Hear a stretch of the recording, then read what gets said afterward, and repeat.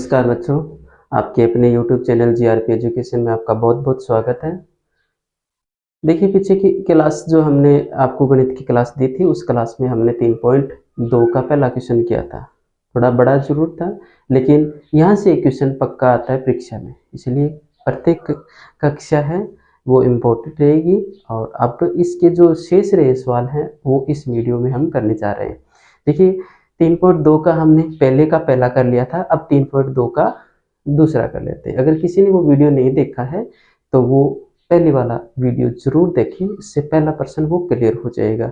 अब हम दूसरा प्रश्न करने जा रहे हैं। दूसरा प्रश्न आप देख सकते हो, और अभी तक आपने अगर उसकी शेष क्लासें देखी नहीं है तो वो देख सकते हो। आप प्ले लिस्ट में सारी कक्षाएं दे रखी है, आपको प्ले लिस्ट मैथ और कंप्यूटर दोनों की बनी हुई है, जो इच्छा हो वो देख सकते हैं। देखते हैं पहला क्वेश्चन अपन, ठीक है।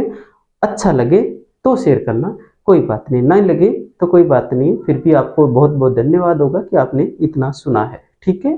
ध्यान करो, 5 पेंसिल तथा 7 कलमों का कुल मूल्य 50 रुपये। कलम का मतलब भाई यूं मानो कि कुछ जो वो लिखने का साधन है, पेंसिल टाइप में 5 पेंसिल तथा 7 कलमों का कुल मूल्य 50 रुपये।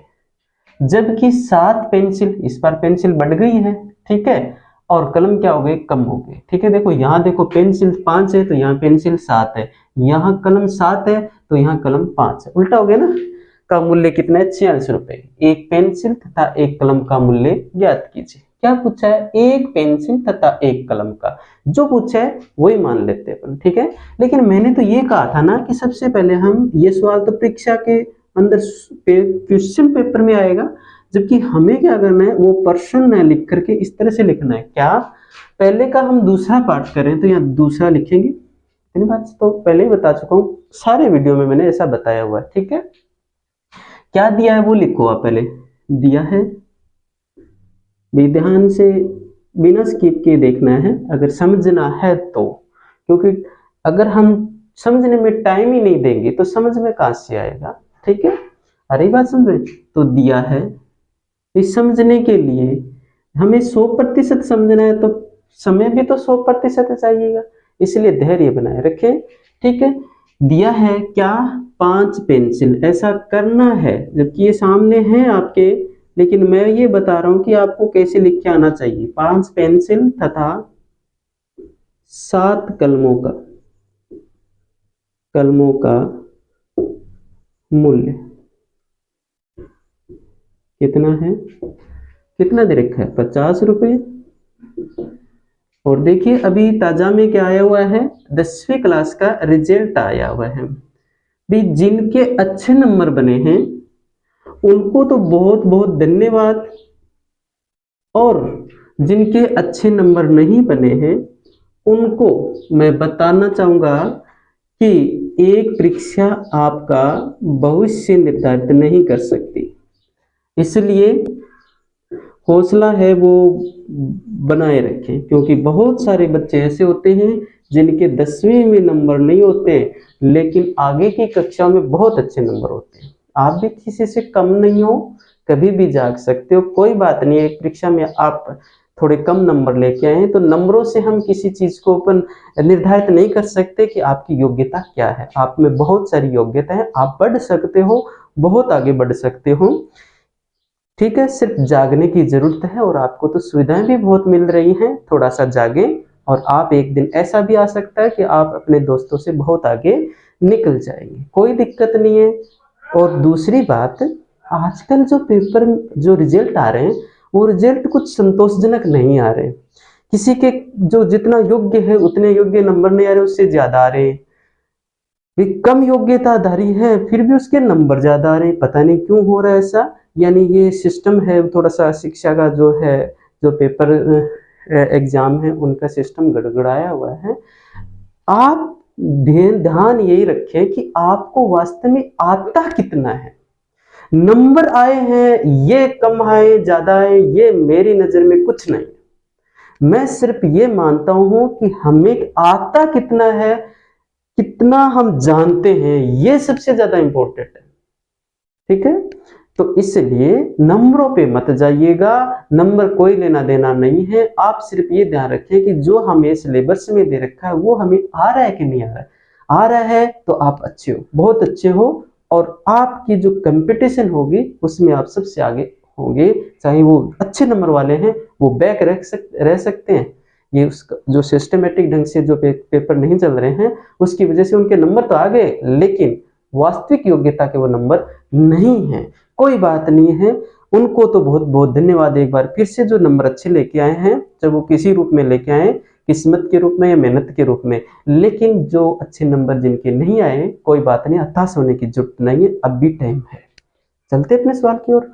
हमने 5 पेंसिल तथा 7 कलमों का मूल्य 50 रुपए लिया है। लिया नहीं, दे रखा है, ये देखो, जबकि 7 पेंसिल 5 कलमों का मूल्य, कंफ्यूज मत होना, यहाँ कितना है, 46 रुपए। यहां तक समझ में आ गई बात, ये दिया है। और हमें ज्ञात क्या करना है, देखो लास्ट में पढ़ो, दिखाई दे रहा होगा शायद, ज्ञात करना है। क्या ज्ञात करना है, एक पेंसिल, एक पेंसिल, एक पेंसिल तथा एक कलम का मूल्य, एक कलम का मूल्य, ठीक है, ये हमें ज्ञात करना है। इतनी बात समझ में। मैंने बताया था ना, जो पूछा है वो मान लेना चाहिए। हमें गणित मानने पे ही चलती है कि मान लो कि आपने खाना खाया है तो बस खाया है, मान के चल लिया करो, काम नहीं चलेगा, खाना खा लिया करो, कोई बात नहीं है। माना एक पेंसिल का, एक पेंसिल का, एक पेंसिल का मूल्य कितना है, x रुपए। इसी प्रकार से एक कलम का मूल्य कितना है, y रुपए। ऐसा आप भी कोशिश करें कि बराबर के नीचे बराबर का चिन्ह आए, ठीक है, यही बात होती है। मैं सवाल सबको आते हैं, क्या दिक्कत है। कितना मान लिया हमने। अब देखो, जब एक पेंसिल का मूल्य x रुपए है, प्रथम स्थिति ले लेते हैं अपन। प्रथम स्थिति, दो स्थितियां हैं कि नहीं, यहाँ प्रथम स्थिति हम ले रहे हैं। प्रथम स्थिति में देखो, एक कलम का मूल्य कितना देर माना है हमने, x रुपए, तो फिर सॉरी, पेंसिल का मूल्य x रुपए माना है, तो 5 पेंसिल का क्या होगा, ज्यादा होगा कि नहीं, उतने रुपए में 5 थोड़ी ना देगा। आ रही बात समझ। जैसे कि आप दुकान पर गए, किसी दुकान पे गए, मार्केट में जाकर के क्या बोला कि भाई आप हमें एक पेन दे दो, कितने रुपए का है, उसने कहा 10 रुपए का है। तो फिर आपने सोचा नहीं यार 10 रुपए का ठीक दे रहा है, तो अपन क्या करें, 5 पेन ले लेते हैं। तो क्या वो 10 रुपए में 5 दे देगा आपको, नहीं देगा ना। एक का 10 ले रहा है तो 5 का कितना ज्यादा लेगा, और ज्यादा के लिए क्या करते हैं, गुणा। जैसे कि एक का 10 रुपए है तो 5 का कितना होगा, तो 10 इंटू कितने हैं, 5, यानी कलम जो पेंसिल है उनकी संख्या को किससे गुणा कर देते हैं, उनकी एक पेंसिल के रेट से हम गुणा कर देते हैं, ठीक है। तो तुम बताओ 5 पेंसिल का कितना हो जाएगा, जब एक पेंसिल का मूल्य कितना है, x रुपए, तो 5 का कितना हो जाएगा, ज्यादा, और ज्यादा के लिए क्या करते हैं, गुणा। इन दोनों को गुणा कर दो तो कितने हो जाएंगे, 5 पेंसिल के, 5 पेंसिल के, पेंसिलों के, 5 पेंसिलों के मूल्य, 5 पेंसिलों के मूल्य कितने हो गए, 5x रुपए, ठीक है। इसी प्रकार से एक कलम का कितना रुपए माना आपने, y रुपए माना। भी आपको पता नहीं है कि कितने हैं, वास्तव में कितने में लेके आए हैं, लेकिन हमने मान के चला कि कलम है, एक कलम y रुपए में आती होगी, तो 7 कलम के कितने लगेंगे, तो ज्यादा लगेंगे। एक के y रुपए लग रहे हैं तो 7 के तो ज्यादा ही लगने हैं, और ज्यादा के लिए क्या करते हैं, गुणा करते हैं। वही बात यहाँ है, अगर एक कलम 5 रुपए में आती है, एक कलम 5 रुपए में आती है, तो 7 कलम कितने में आएगी, 7 को 5 से गुणा कर दिया, 35 रुपए में। ठीक उसी प्रकार से यहाँ देखें कि एक कलम y रुपए में आ रही है, तो 7 कलम कितने रुपए में आएगी, 7 इंटू वाई, 7 को y से गुणा किया तो कितने हो गए, 7y, ठीक है। तो यहाँ देखो आप, 7 कलमों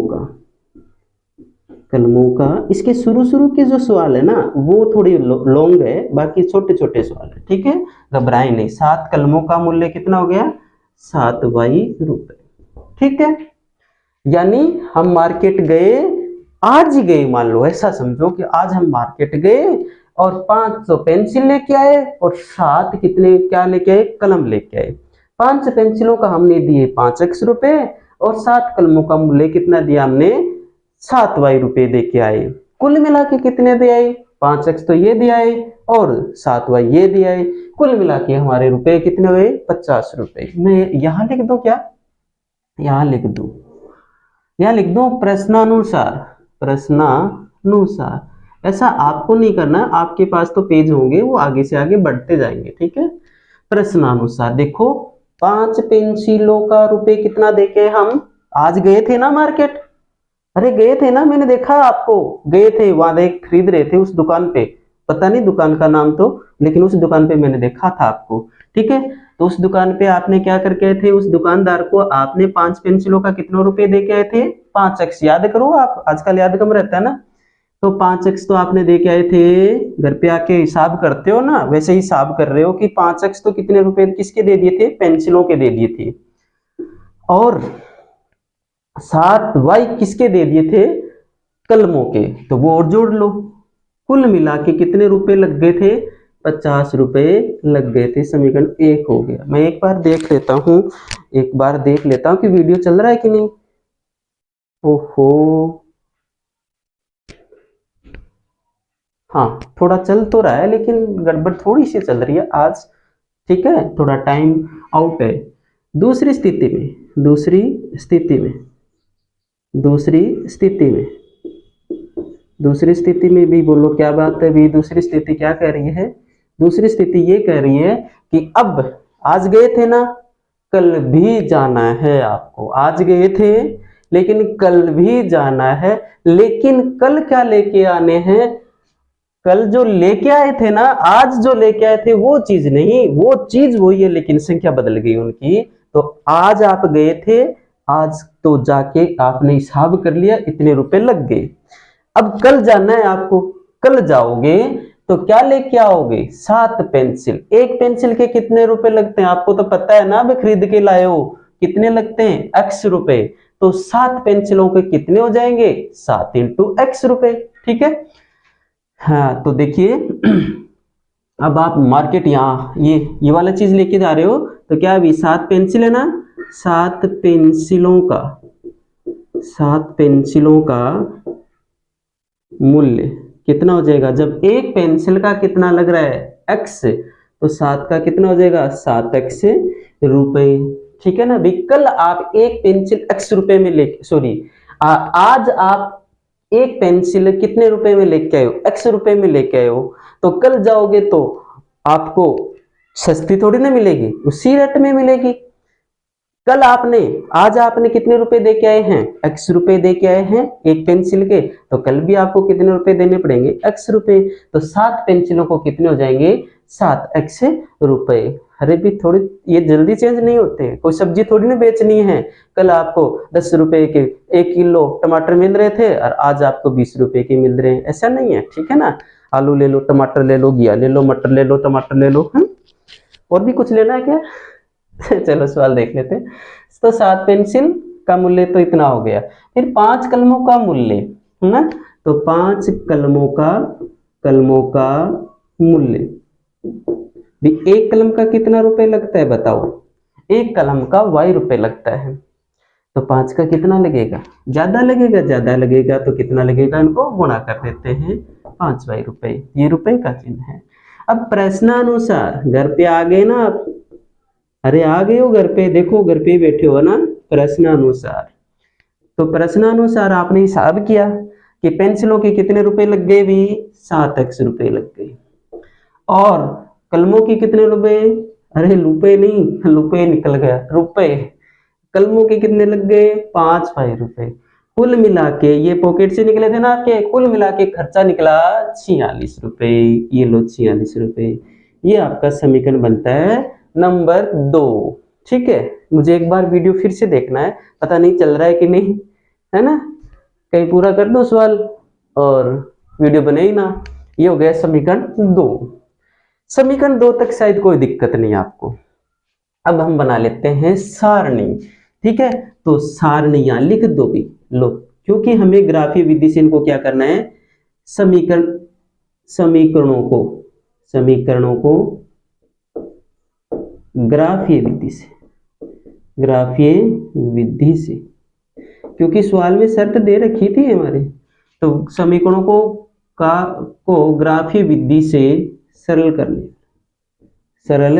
करने पर जब ग्राफीय विधि से सरल कर रहे हो, तो सारणी हमें बनानी पड़ेगी ना, तो हम सारणी बना लेते हैं। ठीक है, आज की वीडियो में थोड़ी छाया ज्यादा आएगी, आप थोड़ा ध्यान रखना क्योंकि मैं आज बहुत लेट हूँ। अब देखो समीकरण 1 लेते हैं, चलो मैं यहाँ ले लेता हूँ ना, यहाँ ऊपर दिखाई दे देगा आपको। तो समीकरण 1 लेते हैं, समीकरण 1 भैया आपको क्रम से करना है, ऐसी लाइनें नहीं डालनी है। समीकरण 1 से बोलो, समीकरण 1 क्या है? 5x प्लस 7y बराबर 50। ठीक है, इसको आप इसके नीचे ही एक सारणी इस तरह से बना लेंगे। बना लिया आपने? शायद नजर आ रहा होगा। हाँ, लाइट का फोकस जरूर है, ये भी प्रॉब्लम है आज की वीडियो में, स्वीकार करना होगा आपको।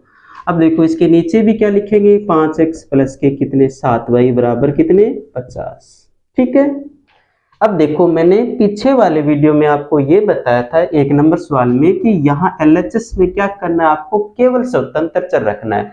यहाँ देखो, या ना तो y स्वतंत्र है और ना ही x स्वतंत्र है, तो हम इनको क्या करेंगे? स्वतंत्र, किसी एक को स्वतंत्र करेंगे, दोनों को नहीं, किसी एक को स्वतंत्र करेंगे। ठीक है, तो कर लेते हैं इनको स्वतंत्र। जैसे कि आपको x अच्छा लग रहा है तो आप x वाला पार्ट आप रख लो, और मेरी ओर कौन सा भेज दोगे? प्लस के साथ y। जब प्लस के साथ y मेरी ओर भेजोगे तो प्लस से क्या हो जाएगा? ये माइनस के साथ y हो जाएगा कि नहीं हो जाएगा? अब फिर क्या ये x से स्वतंत्र हो गया? नहीं हुआ ना, नहीं हुआ तो हम x को तो रख लेते हैं इधर, और ये 50 माइनस के कितने 7y बट्टे कितना कर दोगे? गुणा में है, 5x के गुणा में है, जो गुणा से क्या आ गए इधर RHS में आते क्या लग गए? भाग में लगे। ठीक है ना, ये समीकरण बन गया आपका 3 नंबर। बन गया कि नहीं? और मैंने पिछले वीडियो में भी बताया था ये समीकरण नंबर 3 नहीं, ये कौन सी मशीन है? राहुल गांधी वाली। अब मैं राहुल जी गांधी ऐसा बोलूं तो अच्छा है, तो राहुल जी गांधी वाली मशीन बन गई। कैसे? आलू डालो सोना आएगा। एक साइड, यहाँ इस साइड से आलू डालना है और इस साइड से क्या आ जाएगा? सोना आ जाएगा। अर्थात आप y का मान रखिए, x का अपने आप आ जाएगा। ठीक है, चलो आपको सोना लेना है या आलू लेना है? गुरुजी आलू को केक रंगा 10 रुपया के लगन हो या है मन तो सोनो टेक दो भाई, थे ले लो कोई बात नहीं, मैं आलू टेक दू। चलो आलू का मतलब यहाँ y का मान। देखो y का मान वैसे तो कोई शर्त नहीं, मैं जो आगे बताने वाला हूँ उस चीज के लिए कोई शर्त नहीं है, लेकिन मैं क्या कर रहा हूं, मैं इसलिए बता रहा हूं कि हमें ऐसे मान रखने चाहिए ताकि शेष संख्या में 5 का भाग चला जाए, ताकि हम ग्राफ बनाएं तो बड़ी आसानी से बन जाए। इतनी सी बात है, जबकि कोई शर्त नहीं है, ये कोई नियम नहीं है। ठीक है ना, तो इसमें मैं यहां लिख दूं कि 3 में, समीकरण 3 में यानी मशीन में 3 में y बराबर सबसे पहले मैं 0 रखता हूं, रखने पर तो मेरे x बराबर कितने आएंगे वो आप देख लो। मैंने आलू डाल दिया, कितना किलो? अरे 0 किलो। 7 इंटू वाई है तो 7 इंटू 0 बट्टे में कितना हो जाएगा? 5। x बराबर, आज मैं कैलकुलेशन बता रहा हूँ आपको, 7 में से 7 को 0 से गुणा करो, खुद गोल दुनिया को भी गोल कर देगा, इसके संपर्क में नहीं आने का, तो 0 बचा कि नहीं? यहाँ 0 गया बट्टे में 5। जब आप इसे कैलकुलेट करोगे तो 50 बट्टा कितना हो गया? 5। तो कितने आ गए रे? 10। x का मान कितना आ गया? 10। ये कैसे आया? जब आपने y का मान 0 रखा, जब आपने y का मान 0 रखा तो x का मान कितना आ गया रे? 10 आ गया। ठीक है, आ रही बात समझ में? यहां रख दो। अब अपन समीकरण 3 में और भी मान रखेंगे। समीकरण 3 में y बराबर क्या रखना चाहिए भाई? 1 भी रख सकते हो आप, इसमें 1 भी रख सकते हो, 2 भी रख सकते हो, लेकिन मान x का क्या आ जाएगा? पॉइंटों में आ जाएगा, जिससे क्या होगे? आप कंफ्यूज हो सकते हो ग्राफ बनाते वक्त। ठीक है, जबकि कोई नियम नहीं, आप 1 रखो कर लेना, कोई दिक्कत नहीं, लेकिन मैं आपको थोड़ा सा एक बार कोशिश ये कर रहा हूं कि ये थोड़ा सरल तरीके से हो जाए। अब देखो 1 रखेंगे तो 50 माइनस 7 इंटू 1 अर्थात 50 माइनस 7, और 50 में से 7 गए कितने बचे? 43, और 43 में 5 का भाग पूरा पूरा तो जाता नहीं, पॉइंटों में जाता है, इसलिए हम 1 रखने की कोशिश कम करेंगे। हो सकता है तो हम ऐसे मान रखें ताकि उसमें 5 का भाग चला जाए, नीचे वाली संख्या का भाग चला जाए। नीचे 5 है तो 5 और 7 है तो 7 का भाग चला जाना चाहिए। अब मैं क्या कर रहा हूँ, y का मान ऐसे करते करते मैंने सोचा तो 5 रखना चाहता हूं मैं, और 5 रखूंगा तो 7 में 35 हो जाएगा। 15 में से 35 गए 15, सॉरी 50 में से 35 गए 15 बचेंगे, और 15 में 5 का भाग जा रहा है, ठीक है ना। तो y बराबर में क्या रख दूं, y बराबर 5 रखने पर, ठीक है। तो x बराबर कितना हो जाएगा, x का x 50 माइनस 7 इंटू y का मान कितना है 5 बट्टे में कितने, नीचे भी 5 है, ये देख लो 50 के 50 माइनस का माइनस 7 के 7, y का मान कितना 5 बट्टे में 5। x बराबर यहाँ ऐसा करना है भी, ठीक है ना, आप ध्यान करना भी, ऐसा किया है मैंने, ठीक है।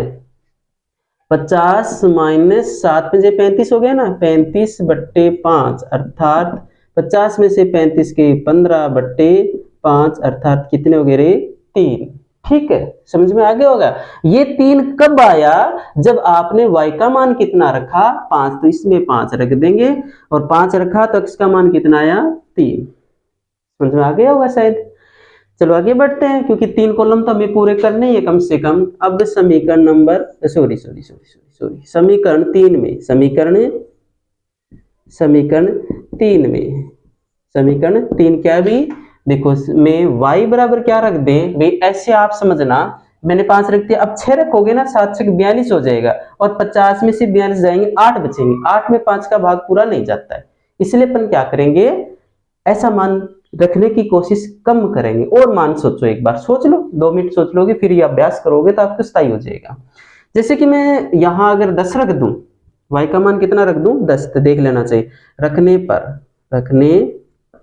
आप भी अभ्यास करोगे ना तो आपको भी ये याद आ जाएंगे अपने आप में आसानी से तरीके से। रखने पर x बराबर कितने आ जाएंगे, ये देखो 50 माइनस 7 इंटू वाई का मान कितना रे रखा आपने 10, और बट्टे में कितना आ गया आपका 5, ठीक है। x बराबर 50 माइनस कितने हो गए 70 बट्टे कितने 5, तो ये देखो x बराबर 50 में से 70 जाते हैं कि नहीं, क्योंकि ये देखो मैंने बताया था ना, ये प्लस का चिन्ह और ये माइनस का है, प्लस माइनस का चिन्ह हो तो संख्याएं तो जुड़ती नहीं है, क्योंकि ये माइनस की ये प्लस की, एस मान चिन्ह होती है तो संख्या नहीं जुड़ती है, घट जाती है, और चिन्ह किसका बचता है, बड़ी संख्या का चिन्ह बचता है, ठीक है। तो 70 में से 50 घटाने में, ठीक है ना, एक से जोड़ का कोनी ने वो माइनस कर ओके प्लस को, एक से जोड़ का कोनी थे आगे मिल रहा है कोनी, आप सिर्फ बात नहीं कोनी मिल रहा है, तो एक एक करेगा एक दूसरे के एंटी चलेगा, विरुद्ध चलेगा, तो जुड़े कोनी तो क्या होगा घटेगा, कम हो जैसे। तो 70 में से 50 घटा दो तो कितने बचे 20, लेकिन ये 20 किसके बचे हैं, अरे इसके बचेंगे, बड़ी तो यही है ना, वैसे नहीं होती है माइनस की संख्या, बड़ी नहीं होती, भी केवल समझने मात्र से ही बताया मैंने, ध्यान से देखना, कभी कमेंट करने लग जाओ सर आपको ये नहीं पता कि प्लस की बड़ी होती है माइनस की बड़ी होती है, ठीक है। तो माइनस के 20 बट्टे कितने हो जाएंगे बट्टे 5, तो ये कितने बचेंगे, ये माइनस का ये प्लस का, प्लस माइनस क्या होता है माइनस, 4 पंजे 20, तो ये x बराबर माइनस का 4 कब आया, जब हमने y बराबर क्या रखा 10, y बराबर 10 रखा, तो x बराबर कितने आ गए माइनस के 4 आ गए। उम्मीद करता हूं कि इतना पहली सारणी तक का काम आपको समझ में आ गया होगा, अच्छे से समझ में आ गया होगा। अगर आपको आगे बढ़ना है तो मैं ये मिटा दूं, आपकी आज्ञा हो तो, ऐसा बोल रहा था मैं, आपकी आज्ञा है तो मैं आगे बढ़ूं, और इसका अगर कोई स्क्रीनशॉट लेना चाहता है तो स्क्रीनशॉट अब ले सकता है। शायद मैं नजर नहीं आ रहा हूं, और आ जाऊंगी तो भी क्या है भाई, थोड़ा देखिए, अब मैं इसे मिटा देता हूं, ठीक है, थोड़ा मिटा देता हूं, सारा नहीं मिटाऊंगा, यहां से मिटाऊं, चलो मिटा दूं कोई बात नहीं है, ये लो समीकरण 2 क्या है वो ले लो, पहले मैं यहां समीकरण 2 ले रहा हूं फिर मिटा दूंगा। समीकरण 2 से, अब समीकरण 2 क्या भी 7x प्लस कितने 5y बराबर 46 है, ओके। अब मिटा दूं कोई दिक्कत नहीं आता शायद मुझे लगता है, क्योंकि हमें केवल अब सारणी की ही आवश्यकता रही है, ठीक है, समझ में आ रहा होगा। चलो यहां भी अपन क्या करते हैं, अब थोड़ा सा इसे व्यवस्थित, वही बात पहले क्या बनाते हैं, इसके नीचे सारणी बना दिया, और ये लो भी कमरे बना दिए। ओ बूढ़ियो आ बूढ़ड़ी बिठा दी, बैठे ही बिठा दी, नहीं भी बैठे आपकी मर्जी, बैठे माए थे अपना कोई बात नहीं। अरे भाई ऐसा कुछ भी ना ले, समझने के लिए मात्र ऐसे ही बोला है। देखिए 7x प्लस के 5y बराबर कितना 46। ओके जी, अब देखिए आपको जो अच्छा लगे, भाई मैंने क्या कहा था कि इस साइड में हमें स्वतंत्र चर करना है, ठीक है, स्वतंत्र चर करना है तो यहाँ ना तो y स्वतंत्र है ना ही x स्वतंत्र है, तो इनको एक इनमें दोनों में से किसी एक को स्वतंत्र कर लेते हैं। जैसे मैं x को स्वतंत्र करूं तो 7x आप रख लो और 46 माइनस के कितने हो गए 5y, ठीक है, और x को यही रहने दो 46 माइनस 5y, और ये देखो x की गुणा में 7 इधर आके भाग में लग गए तो कितने हो गए 7, ठीक है। अब ये समीकरण नंबर 4 बन गया है और साथ साथ में हमने दूसरी मशीन भी बना दी है, ठीक है, बना दी मशीन। तो अब देखते हैं इसमें y के मान रखेंगे समीकरण 4 में, समीकरण 4 में y बराबर क्या रखेंगे, ऐसे मान रखो ताकि शेष संख्या में किसका भाग चला जाए, किसका भाग चला जाए, शेष संख्या में 7 का भाग चला जाए। जैसे कि आप 1 रखते हो तो 41 बचेंगे, है ना, नहीं 10 रखो, 2 रखोगे तो 10 हो जाएंगे, 46 में से 10 गए कितने बचे 36, जिसमें भी 7 का भाग नहीं जा रहा है। फिर 15 रख के देखो और 3 रख के देखो, y का मान कितना रखे देखो 3, तो 5 × 3 15 हो गए, 46 में से 15 गए कितने बचेंगे देखो ये रहा 46, और उसमें से 15 घटा के देख लो 1, और ये कितने हो गए 31, नहीं जा रहा है ना, 3 में भी नहीं जा रहा है। फिर 4 रख के देखो नहीं जाएगा, 5 रख के देखो 25, यानी 46 में से हम 25 घटाएंगे 1 और ये 2 21, बिल्कुल जा रहा है ना। तो हम y बराबर क्या रख देते हैं, y बराबर 5 रखने पर, y बराबर 5 रखने पर, ठीक है। तो x बराबर कितना हो जाएगा, x की x 46 माइनस के 5 इंटू y का मान क्या रखा आपने 5, ये देखो 5 इंटू y का मान भी तो 5 ही रख दिया, बट्टे में कितने 7, ये लो कितने हो गए 46 माइनस 25 बट्टे कितने 7, x बराबर 46 माइनस 25 बराबर कितने बट्टे में 7, मैं यहाँ लिख दो एक बार, तो x बराबर कितने हो जाएंगे आपके 46 में से 25 गए 21 बट्टे कितने 7, तो x बराबर कितना आ गया 3। x बराबर जो 3 आया है, ये देख लेता हूं मैं कि ये आपको दिखाई दे रहा है कि नहीं दिखाई दे रहा है, फिर मैं नहीं लिखूंगा अगले वाले में, ये थोड़ा कम ही दिखाई दे रहा है, ठीक है, ये थोड़ा कम ही दिखाई दे रहा है, चलो अब नहीं लिखेंगे। तो हमें x बराबर 3 प्राप्त हुआ है, वो किससे प्राप्त हुआ है, हमने y बराबर क्या रखा था, हमने y बराबर रखा था 5, y बराबर 5 रखा था, तो x बराबर हमने कितना प्राप्त कर लिया 3 प्राप्त कर लिया। इसी प्रकार से ऐसा लिख दो, इसी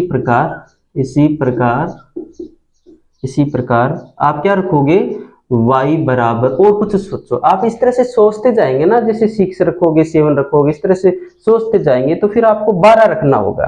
देख लो कैसे, 12 रखने पर भाई जरूरत नहीं, कोई शर्त नहीं है, ये रख सकते हो कुछ भी, लेकिन मैं कैलकुलेशन आसान के लिए आपको बता रहा हूं।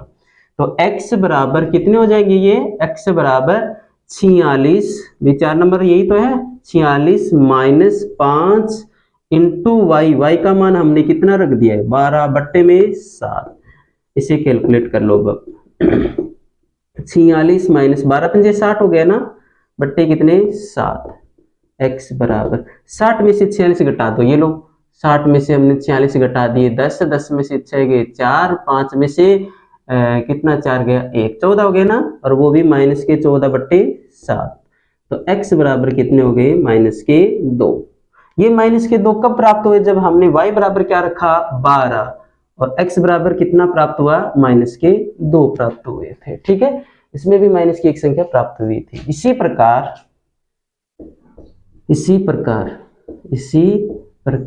y बराबर समीकरण 4 में y बराबर आपको चेक कर लेना, आप 19 रखना है, क्या रखना है 19 रखने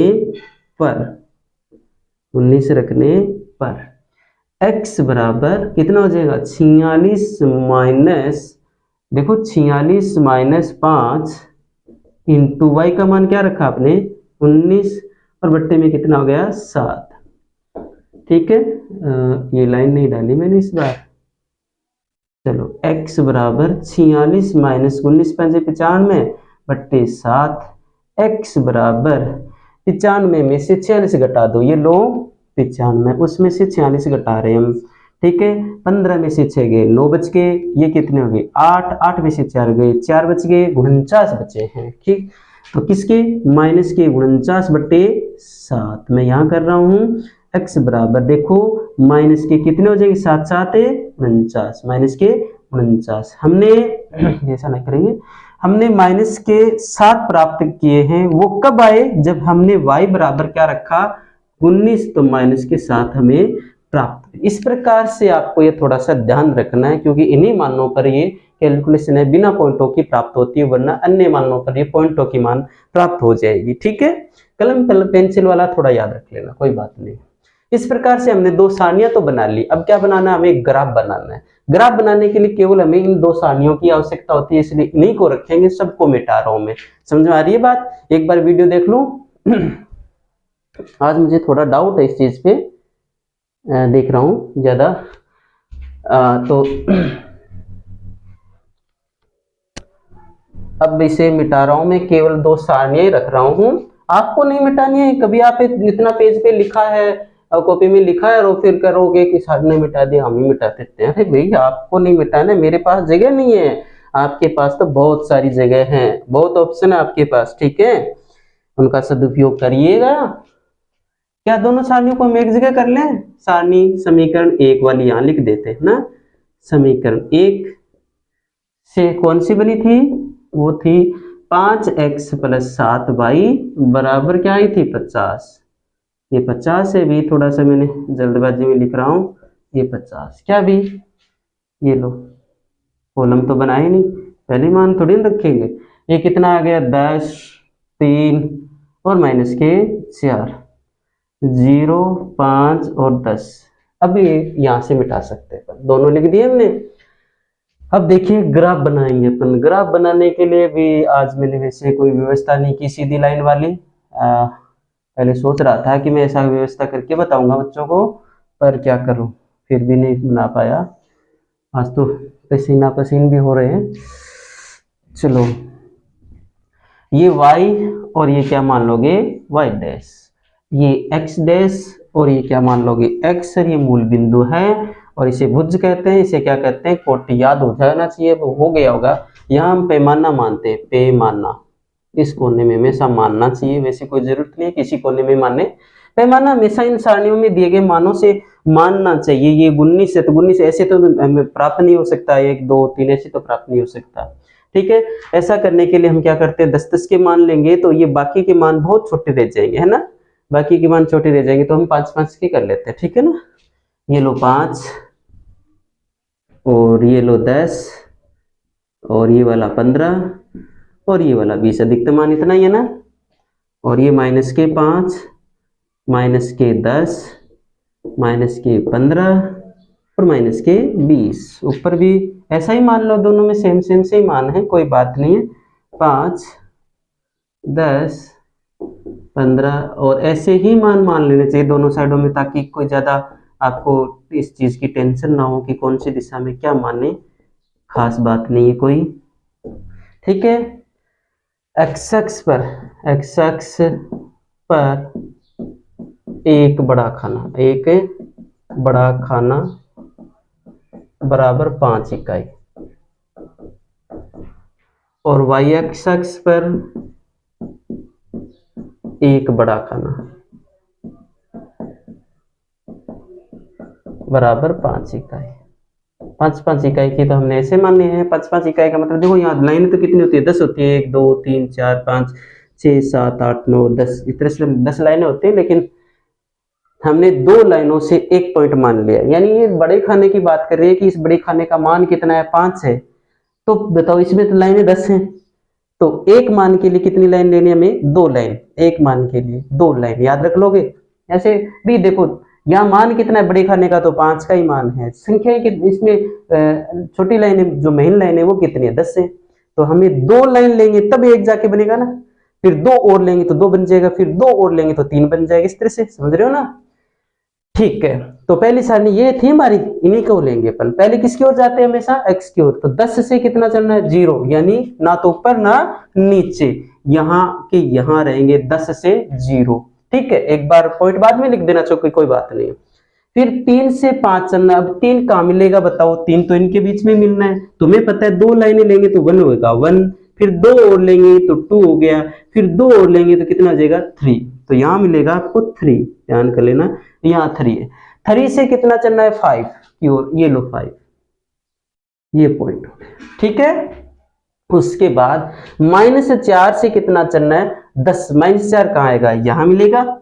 और तुम्हें पता है 2 लाइन लेते हैं तो 1 बनता है, तो 2 लाइनें ली 1, 2 और ली तो 2, 2 और ली 3, 2 और ली तो कितने हो गए -4, जो यहाँ होंगे शायद -4। ठीक है, इससे कितना चलना है हमें 10। तो 10 देखो ऊपर प्लस वाला ही तो चलना है, तो प्लस वाला तो ऊपर मिलेगा, ये लो। ठीक है, अब इन तीनों को आप अपने मुक्त हस्त से ना मिलाएं, आप इनको स्केल से मिलाएं। जैसे कि मैं मान लो कि एक स्केल का आप सहारा लेके बता रहा हूं आपको। जैसे कि मान लो आपका ये स्केल है, ये क्या है, स्केल है, ये वाला स्केल। तो ये तीनों एक ही स्केल के एक सरेख होने चाहिए, तीनों पॉइंट एक ही सीध में होने चाहिए। आपको सीधे ऐसे करना है और फिर इनको आगे भी बढ़ाना है भी। जैसे कि मैं ये वर्धमान महाविद्यालय का सहारा ले रहा हूँ, मैंने पहले नहीं सोचा था कि इस तरह से कुछ हमें चाहिएगा, अगले वाली वीडियो में देखें।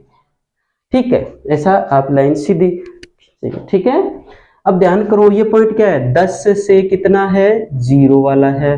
पहले x का मान 10 से 0 है, फिर 3 से 5 था ना, ये था 3 से 5, ये 3 से 5 कर दो। 3 5 नहीं है वैसे, कहो सर 3 5 कैसे हो रहा है। -4 से कितना 10, -4 से ये 10, ये लिख देंगे -4 से 10 वाला, ऐसा करते हैं। ठीक है, फिर इस पे क्या करते हैं अपन, उसका समीकरण लिख देते हैं। 5x प्लस कितने 7y बराबर कितने हो गए रे 50, ये लो। ठीक है, अब दूसरी सारणी देख लेते हैं। 3 से कितना चलना है हमें 5, 3 से कितना चलना है 5। देखो 3 कहाँ है, ये रहा, और इनसे कितना चलना है रे 5 चलना है। ठीक है, 3 से 5 तो यही पॉइंट आ गया वापस, और यही उत्तर आएंगे हमारे, देख लेना चाहिए। 3 से 5, फिर -2 से 12, ये -2 कहाँ मिलेगा, जब हम 4 लाइनें ले लेंगे ना पतली महीन वाली, तो कितनी हो जाएगी -2 से 12, -2 से 12 10, ये रहा। एक लाइनें 2 लाइनें ली तो 11 हो गया, 2 और ली तो कितनी होगी 12, तो करीबन यहाँ आ जाएगा आपका। ठीक है 12, ठीक है, यही तो है -2 से 12, यहाँ लिख दो, चाहे -2 से 12 ऐसा लिख देना, शायद आपको दिखाई ना दे। फिर -7 से 19, -7 कहाँ मिलेगा, ये देखो 5 है, ये 10 है, यहाँ मिलेगा। -7 से 19, तो कितनी लाइनें लूँ -7 के लिए, 2 लाइन लूंगा तो 6, 2 और महीन वाली लूंगा तो कितने हो जाएंगे 7। -7 से कितना चलना है हमें 19 चलना है। 19 कैसे, 2 लाइनें कम कर देंगे तो इतने में 19 आ जाएगा। 2 लाइनों से 1 ही तो बनता है ना ऊपर से, तो यहाँ देखो इस तरह से आपके ये आ जाएगा। ठीक है, तो कितने से कितना था ये -7 से 19। शायद हो सकता है आपको यहाँ कुछ समझ में कम आ रहा हो। अब ये 3 पॉइंट हमें प्राप्त हो चुके हैं, एक तो ये वाला, एक ये वाला, एक ये वाला, इन तीनों को मिला दो। ठीक है, भी हो सकता है थोड़ा टेढ़ा मेढ़ा मिल जाए, अब मैं सीधे मिला दूं या वही लेके आऊं, अरे वो मिट जाएगी, फिर ये सारे जो लिखे हुए है ना ये मिट जाएगी। आपको ऐसे हाथ से नहीं मिलाना है, सीधे आप किसका सहारा लेंगे, स्केल का। अरे ध्यान रखना भी, कहीं आप भी ऐसे करने लग जाओ और इसको आगे तक बढ़ा दो। चाहिए ये समीकरण कौन सा है, 7x प्लस 5y बराबर 46 वाले का क्या है, ये ग्राफ है, रेखा है। ठीक है, अब इन दोनों रेखाओं ने एक दूसरे को जहां काटी वहां से उसको नीचे ले आओ और इधर y एक्स की ओर लेके जाओ। तो इसने कहाँ काटा x को, x बराबर 3 पे काटा, और इधर किस पे काटा, y बराबर 5 पे काटा। इस तरह से हमारे ये क्या हो गए उत्तर, अर्थात अर्थ है, यहाँ इस कोने में लिख दो, एक पेंसिल का मूल्य, पेंसिल का मूल्य कितना हो गया रे 3 रुपए, और एक कलम का मूल्य, कलम का मूल्य कितना हो गया, 5 रुपए, रुपए लिखना आगे। ठीक है, इस तरह से आपका ये सवाल कंप्लीट होता है। लंबा जरूर है पर क्या करें, इतना टाइम तो लगता है। मैंने बीच में किसी प्रकार की कोई बात भी नहीं की आपसे, तो आप इस चीज को समझें। टाइम लगा है लेकिन आपको शायद, उम्मीद करता हूँ अच्छे से समझ में आ गया होगा। ठीक है, और अब चेक करना है कि भाई आपको सर ये सही है कि नहीं, तो उसका भी तरीका है। क्योंकि आपने एक पेंसिल का कितने रुपए माना था, 3 रुपए माना था। सबसे पहले जब मार्केट में गए थे ना आज, तो आपने 5 पेंसिल लेके आए थे ना, तो 5 × 3 15 रुपए, तो ये दे के आ गए आप, है ना। और फिर आपने कितने, उसी दिन आपने आज ही 7 कलम भी तो लेके आए थे ना। एक कलम का कितना रुपए लगा था, एक कलम का 5 रुपए, तो कितने हो गए, 35 रुपए ये हो गए। जोड़ के देखो इनको, 4 और 1 5, 50 रुपए तो आपने दे के आए थे। इसका मतलब आपके उत्तर क्या है, सही है। ठीक है, ये मात्र थे आपके समझाने के लिए। अगला वाला चेक कर लो, तो ऐसे ही देखो, आज गए थे, आपका हिसाब कंप्लीट। कल जाने वाले हैं, एक पेन के कितने, एक पेंसिल के कितने रुपए निकल गए, 3 रुपए। तो 7 के कितने हो जाएंगे, देखो 7 × 3 अर्थात 21 रुपए, तो ये लग जाएंगे आपके। 5 कलम लेके आने आपको, और एक कलम का आपने कितने निकाल लिया है, 5 रुपए, तो कितने हो गए, 25। जोड़ के देखो इनको, 46 आ रहे हैं कि नहीं, ये देखो हमारे 46 तो थे। इस प्रकार से हमने इनको जो उत्तर प्राप्त किए वो बिल्कुल सही है। अब मैंने बीच में एक सवाल, इस सवाल को बताते हुए तो ये कह दिया था, जब मैंने ये डाला था, ये वाला 3 5 है ना, तब ये कह दिया था कि यही उत्तर है आपके। मुझे कैसे पता चला, एक सारणी की विशेष बात होती है कि अगर जिस सारणी में ये सेम मान मिल जाए, जैसे कि 3 5 आ गया और यहाँ भी कहीं 3 5 है, तो उसके उत्तर वही आते हैं, हमेशा ध्यान रखने की बात है। और अगर मान लो ये मिल गए तो इसके उत्तर ये है। अगर ये मिल जाते माइनस, मान लो कि माइनस, चलो यहाँ तो माइनस वाला तो कोई मैटर नहीं, -7 या फिर 7 19 मिल गए, 7 19 यहाँ भी है, तो इसका मतलब उत्तर वही आने वाले, आपके उत्तर वही आएंगे। ठीक है, वीडियो देखने के लिए बहुत बहुत धन्यवाद। लंबा जरूर है लेकिन उम्मीद करता हूँ समझ में आ गया है, और आ भी जाएगा, लेकिन बिना स्किप करके देखिए, ये आपसे मेरी रिक्वेस्ट। ओके, धन्यवाद।